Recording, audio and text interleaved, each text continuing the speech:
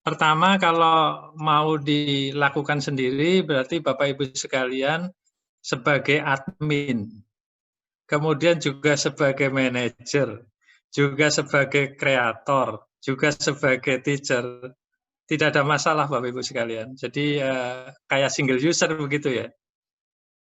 Saya memberikan gambaran seperti itu supaya Bapak Ibu sekalian bisa memberikan mendapatkan gambaran secara keseluruhan dalam satu sistem yang besar gitu. Tapi secara prinsip bisa digunakan Bapak Ibu sekalian tinggal menjadi admin saja begitu. Dia bisa melakukan apa saja. Terima kasih. Oke, untuk selanjutnya pertanyaan dari Pak Hasanil ya. Maaf, saya baru mengenal Moodle. Apakah Moodle perlu dideploy nggak dengan domain sekolahan, Pak Agung? Ya, sebetulnya gini, kalau kita ingin resmi harusnya memang lebih bagus pakai domain sekolah masing-masing ya. Ya, jadi bisa seperti itu. Tapi tetap tadi bisa dibuka peluang pembuatan konten bisa secara berkolaborasi supaya lebih ringan. Begitu ya. Oke, selanjutnya dari pertanyaan for her. Pengalaman Bapak, keunggulan dan kelemahan Moodle itu apa, Pak Agung? Ya, tadi keunggulannya sudah ya, sudah dipaparkan, dia fleksibel, kemudian dia open ya, artinya open itu dia bisa menerima dari berbagai pihak, konten-konten dan sebagainya. Nah, sekarang kalau kelemahannya, biasanya secara umum kelemahan dari open source adalah membutuhkan tenaga untuk melakukan supporting sendiri gitu. Nah, memang jadinya cara yang paling mudah ya seperti yang diberikan Pak Gatot itu terkait dengan kita hanya menggunakan model dari layanannya orang lain, sehingga kita tidak perlu adanya supporting gitu. Itu saja sih yang saya bisa lihat. Karena kalau misalkan kita ngomong terkait dengan keamanan bagaimana? Ya kalau secara umum keamanan itu tidak bisa dijamin 100%. Itu tergantung dari banyak pihak ya. Apakah itu penyedia jasa, pengguna itu sendiri dan seterusnya gitu. Jadi intinya itu ya. Jadi kalau misalkan kita tidak mau mendapatkan kelemahan ya kita hosting di layanan, tentu saja kita harus menyediakan rupiah untuk membayar layanan itu begitu. Oke, pertanyaan selanjutnya dari Ibu Siti Ridoyani. Pak Agung, mohon diperjelas slide Moodle System jika posisi saya sebagai guru.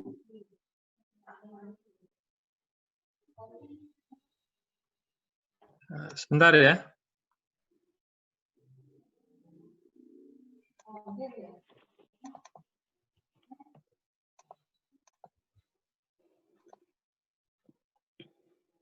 Yang ini ya? Ya, betul. Ya, betul. Yang ini ya? Iya, betul, ya. Pak. Jadi guru bisa dibedakan menjadi dua, yaitu guru yang bisa menyiapkan materi pembelajaran, jadi dia membuat mata kuliah, membuat konten, meramu, dan sebagainya. Dan ada satu lagi guru yang hanya melaksanakan tugas. Biasanya kalau di sekolah-sekolah yang besar ada seperti itu ya, yang misalkan ada guru koordinator lah istilahnya, koordinator guru, dia menyiapkan mata pelajaran, kemudian menunjuk guru-guru yang lain sebagai pelaksana. Begitu. Apa itu bisa menjawab?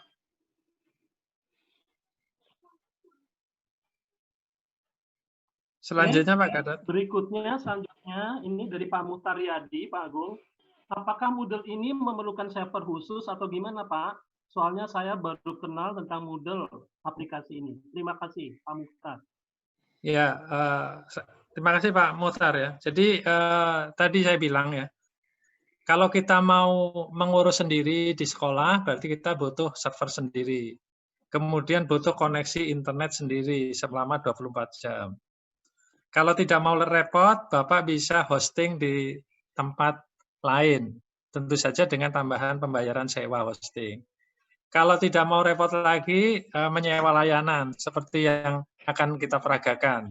Sehingga Bapak Ibu sekalian tinggal membuat kontennya. Mengenai domain bisa dibuat meskipun dia berada di layanan. Maksud saya adalah domainnya domain sekolahan, gitu. Sekolah Bapak Ibu sekalian. Begitu Pak Gatot. Oke, selanjutnya pertanyaan dari Ibu Sri Wahyuni. Jika dilakukan atau dikelola sekolah atau satu visi harus berbayar alias tidak gratis, gimana tuh Pak? Kalau Moodle gratis ya,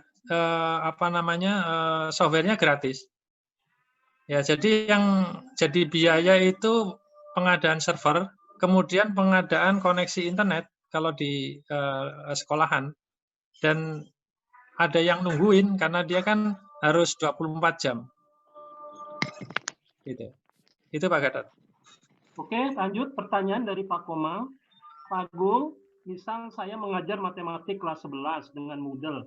Apakah materi pelajaran saya termasuk soal-soal, tugas, bisa digunakan juga oleh teman saya yang beda sekolah? Ya, begini.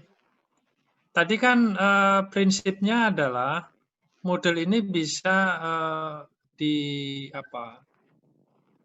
maksud saya konten itu bisa di-linkkan ke dalam Moodle gitu.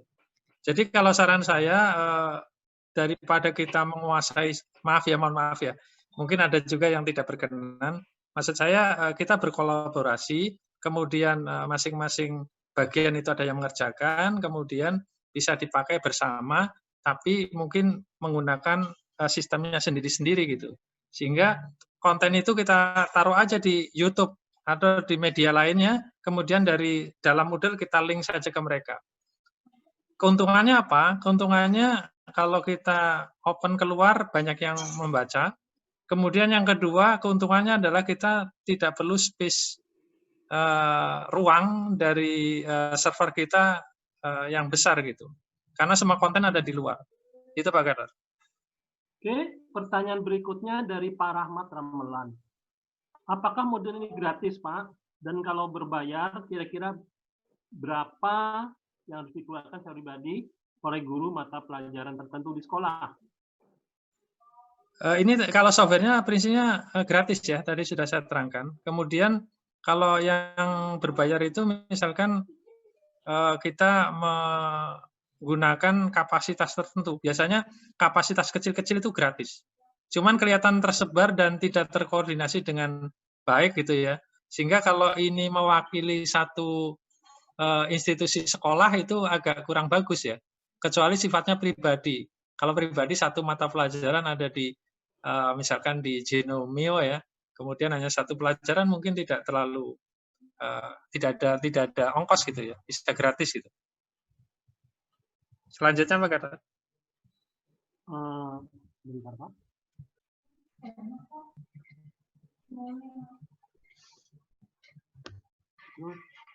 Sudah semuanya? Belum Pak, masih banyak ini. Waduh. Banyak sekali pertanyaan Pak. Maaf, keluar waduhnya. Bukan maksud saya waduh, waktunya terbatas. Ya silakan Pak Gatot. Nggak apa-apa ya. Dari Bu Sri ya, jika kita harus menggunakan Moodle dari lain orang lain, bagaimana caranya Pak?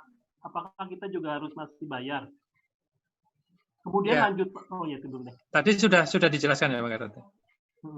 Ya. Oke, berikutnya saya dari Pak Son. Saya sudah pakai Moodle Pak, KIP Pabrik, kendala pada SDM beberapa guru yang tidak cukup. Solusinya gimana Pak Agung? Yang tidak cukup apa Gatot? SDM-nya Pak. DM? SDM, sumber daya manusianya. Oh, SDM. Ya, solusinya gimana tuh? Ya gitu, memang kelemahan di kita itu begini, Bapak Ibu kan kerjanya juga banyak ya, waktunya terbatas dan sebagainya. Kemudian kalau kita bikin konten itu kan sulit ya, sulit dalam arti butuh waktu yang lebih panjang, butuh merenung dan sebagainya supaya itu bisa dinikmati dengan baik gitu. Nah, usulan saya yaitu jangan sendirian, mesti berkolaborasi sehingga menjadi ringan. Satu pelajaran bisa dibagi di grup ini bisa dibagi 10, 25 orang gitu ya. Masing-masing membuat yang kira-kira 3 menit gitu.